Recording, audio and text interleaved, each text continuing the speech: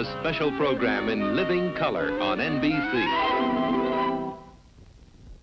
Captain's log, stardate 12345.6. After our battle with the Klingons, which I totally won like the amazing captain that I am, we've contacted a nearby alien race known as the Emilians, who have agreed to provide help in repairing the ship. As we limp to our rendezvous, I've asked Chief Medical Officer Dr. Racy up to the bridge to regale him with tales of the battle. And then I shot a photon torpedo right at their long, weird neck thing on their ships. Yeah. I never got why their ships have that long, vulnerable neck. Me neither.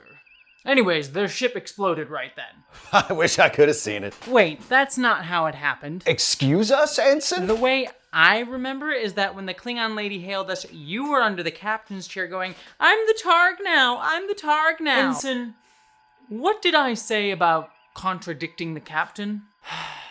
That a captain's word is just as good as an unconfirmed 4chan rumor, and I should just accept what you say without question. Correct. And what are you doing now? Contradicting the captain. Also, what are you wearing? What? You told me to wear a canon-appropriate uniform. Yes, but that's not era-appropriate. But sir... Captain, it appears we're getting a hail from the Emilian ship. Ah, I've been practicing my linguistic skills. Watch this. Ensign, put them on screen.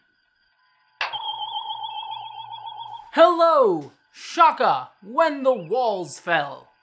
What? What does that even mean? Darmok Angelad at Tanagra?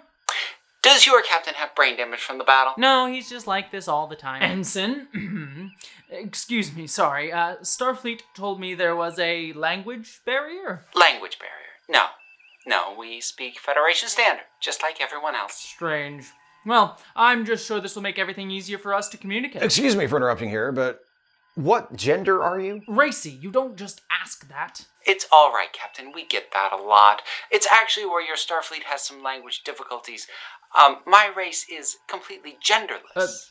Genderless species? But what pronouns are we supposed to use for you then? Good question. For such an advanced society, it seems odd that I have to explain this to you. Oh, believe me, this society is a lot less advanced than you think. We use gender-neutral pronouns. They, them. They, them pronouns. That's just strange. So, alien. I didn't know they, them could be gender neutral, but I'm glad we're learning this. Thank you, genderless alien race. You've taught me something today. Yes, I think we all learned a little bit about judgment and prejudice, all through encountering a wonderful alien race who really taught us more about ourselves. I'm sorry, wait a minute. Ensign, what did I say before? No, I have to interrupt here. I'm the communication specialist here, and we've had gender-neutral pronouns for millennia. What? Are you sure? Yeah, Earth's been using non-binary pronouns for centuries. I'm sure I would have heard of them by now. And besides, why would we have needed them unless we encountered a strange genderless alien race like this? What? I'm non-binary and I'm human. Medically impossible. I've told you multiple times, and you've never misgendered me. I just avoided pronouns because I couldn't tell. I've just been using ensign. I'm sorry, I'm a doctor. You can't be non-binary and human. That makes no sense to me. But a genderless alien race makes perfect sense? Well, yes, they're aliens. They're allowed to be different. See, that's the problem with allegorical representation. I'm sorry, do you want your repair supplies? 1 second. It's about time to do some learning which outweighs all other concerns. The ensign is right. Starfleet code does say that cultural learning does take precedent over literally everything else. I hate cultural learning. It's almost as bad as all those medical ethics they teach us back at Starfleet Medical. At least no one bothers to check that we follow those out here, but everyone's got to care about culture. How did you get into Starfleet? Obviously, I understand the importance of allegorical representation. I mean, it's what called so many of us to join Starfleet in the first place. I mean, meeting aliens like the Emilians here really helps us learn more about ourselves as humans. Think of that time when Captain Kirk of the Enterprise met a race where half of the species were half black on one side and half white on the other. And they hated each other with a deep passion. the other half of their entire species who were just black and white on the opposite side. This situation was a great parallel for the issues of racism that humanity was facing eras ago. How deep-seated prejudice against someone who just has a different skin color than you is patently ridiculous. Yeah, I remember that mission. Good lesson.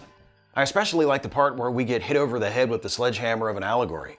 It's a great story and teaches a lesson, but also its allegory does have a problem.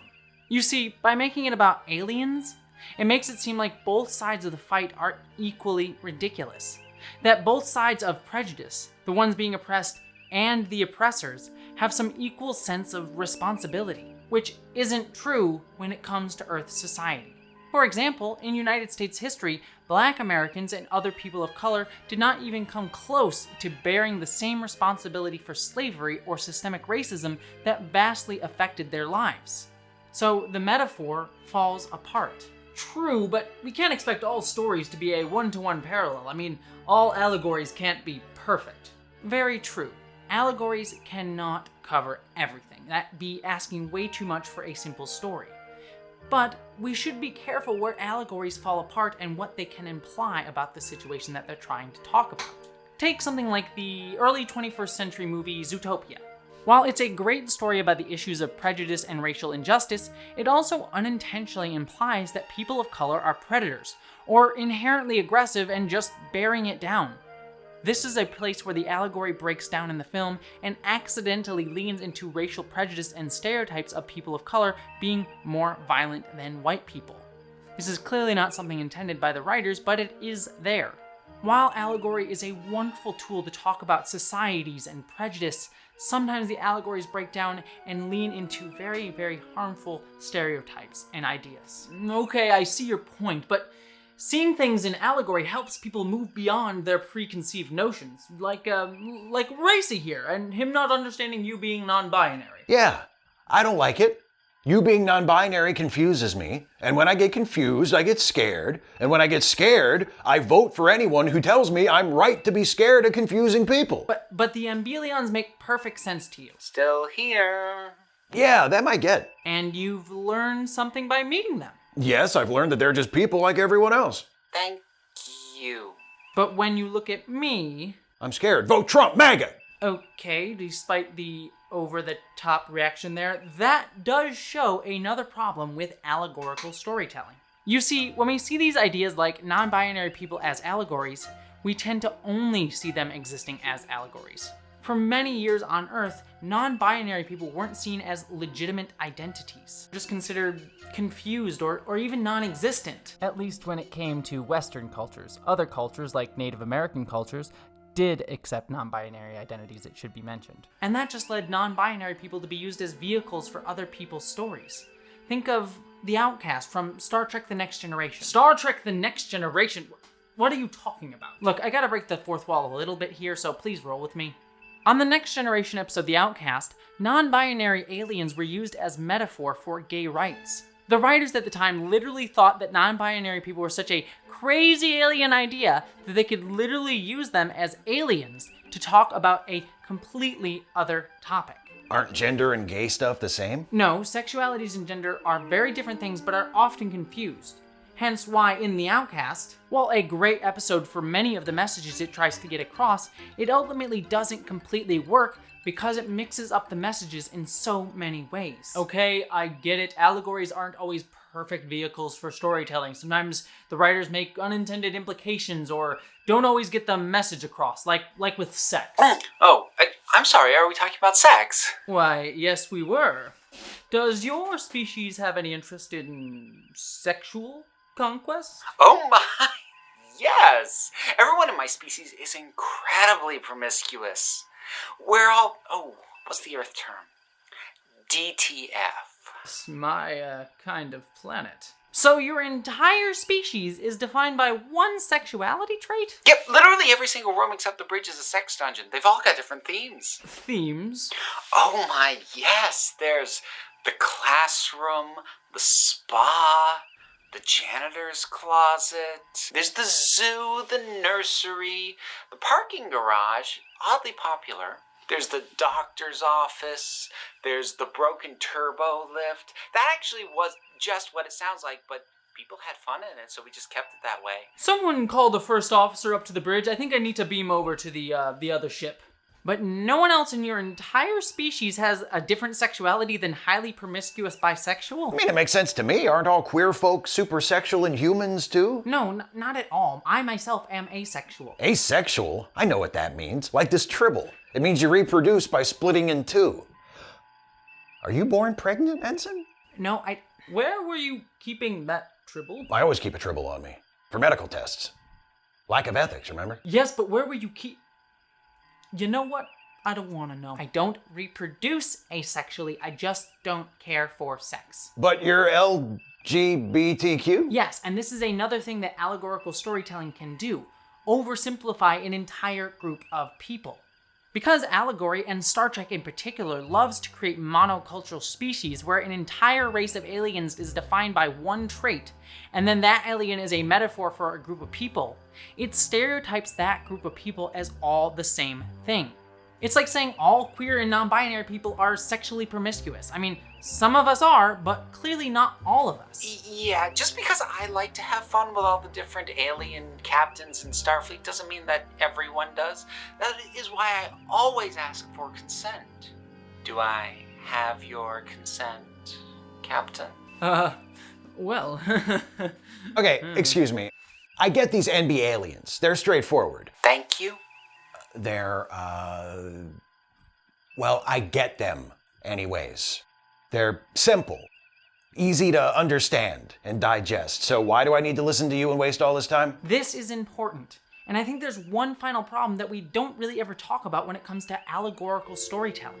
We all talk about how Star Trek taught us all about overcoming prejudice and learning more about ourselves, but does it ever really fully allow us to look deeply at ourselves? As a fellow Starfleet officer, Steve Shives, pointed out in a wonderful video, by placing issues as metaphors, those who are most in need of hearing the message sometimes can easily miss it.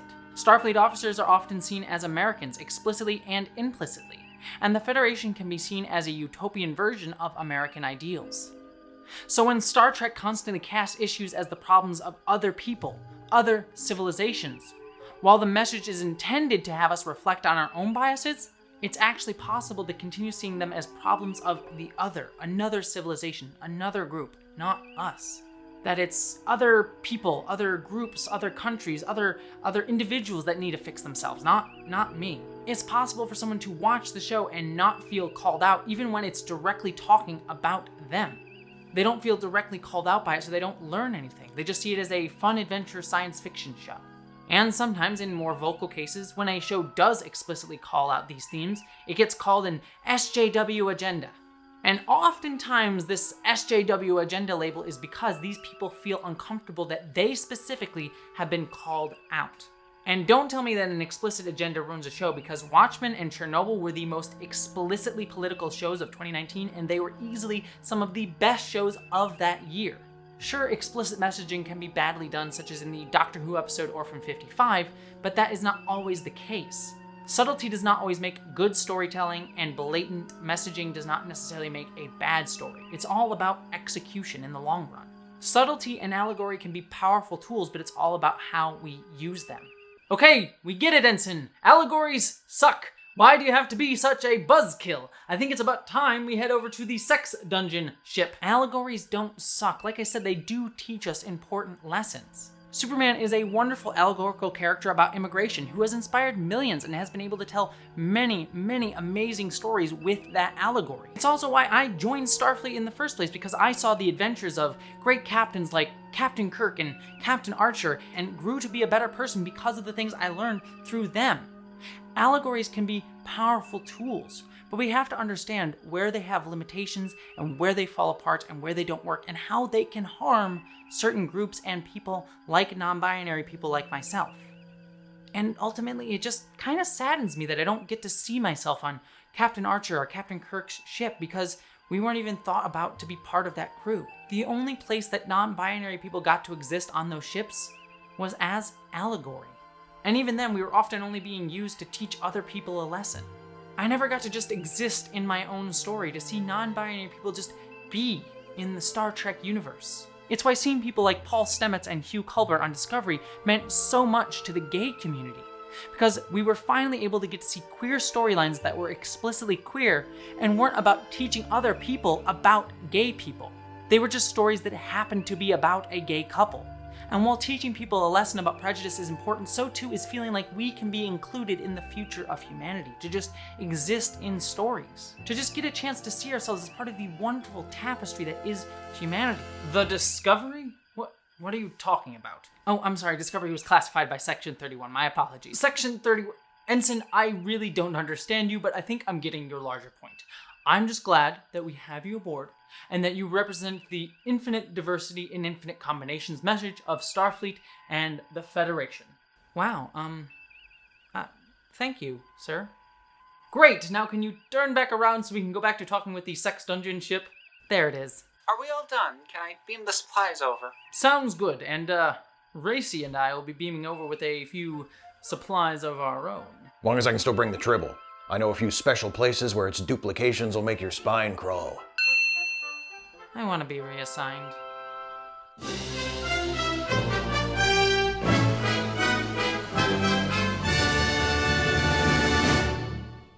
Hey everyone, thank you so much for watching this video. I really hope you enjoyed it.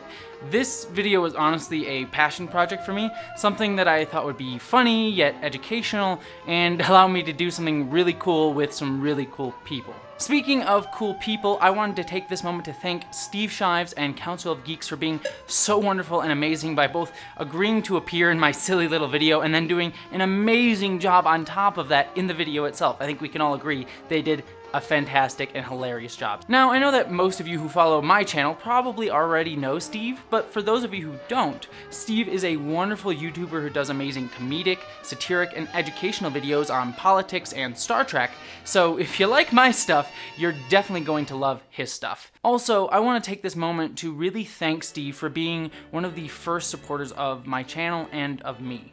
My channel would not even be close to as big as it is without Steve, and I can't tell you, the audience, and Steve, if you're watching this, how grateful I am for all of that. Really, it truly means the world. And in that same vein, speaking of fantastic people, Council of Geeks is an absolutely fantastic geek YouTuber channel who focuses primarily on Doctor Who, but touches on all branches of geekdom, including their recent review of Star Trek Picard Season 1.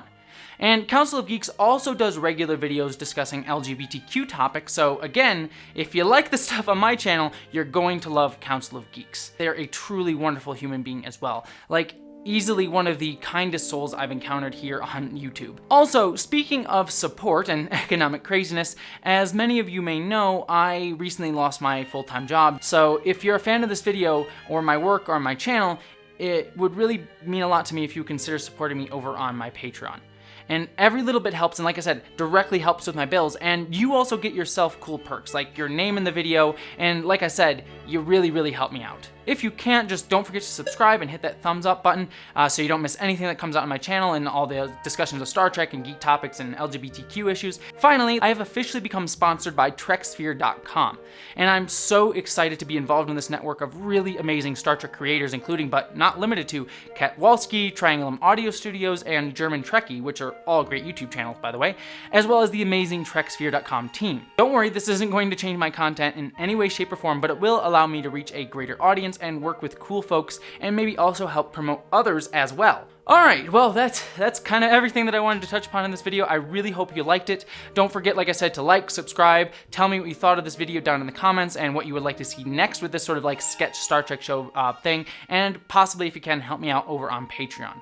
But again, regardless of if you can do any of those things, I'm just glad that you stopped by, and I hope that you, as always, live long and prosper. Thank you all of you for watching, and a special thank you to my patrons, including my amazing commander level and above patrons: Miranda Janelle, Ashley Allen, Eli Bergmas, Sela Roman, Christina Dalliance, Greg Gillum, Stefan Schuhart, Boyd and Mary Beth Earl, Ish the Mad, Randy Thompson, Mouse Pounder, Wellington Marcus, Lorena Mesa, Alexander Miller, Mari Neckar, Gavin Robinson, Michael Beam, Aaron Brown, Munir Amlani, Maggie Evans, Maeve, Wen Dizzle Bizzle, Dante St. James, Wayne Twitchell, Patrick Shannon, Din Hagney, Mystic the Monarchete, Bree Beecher, and Polly Mina. All of your support means so much to me right now, so thank you to all of you.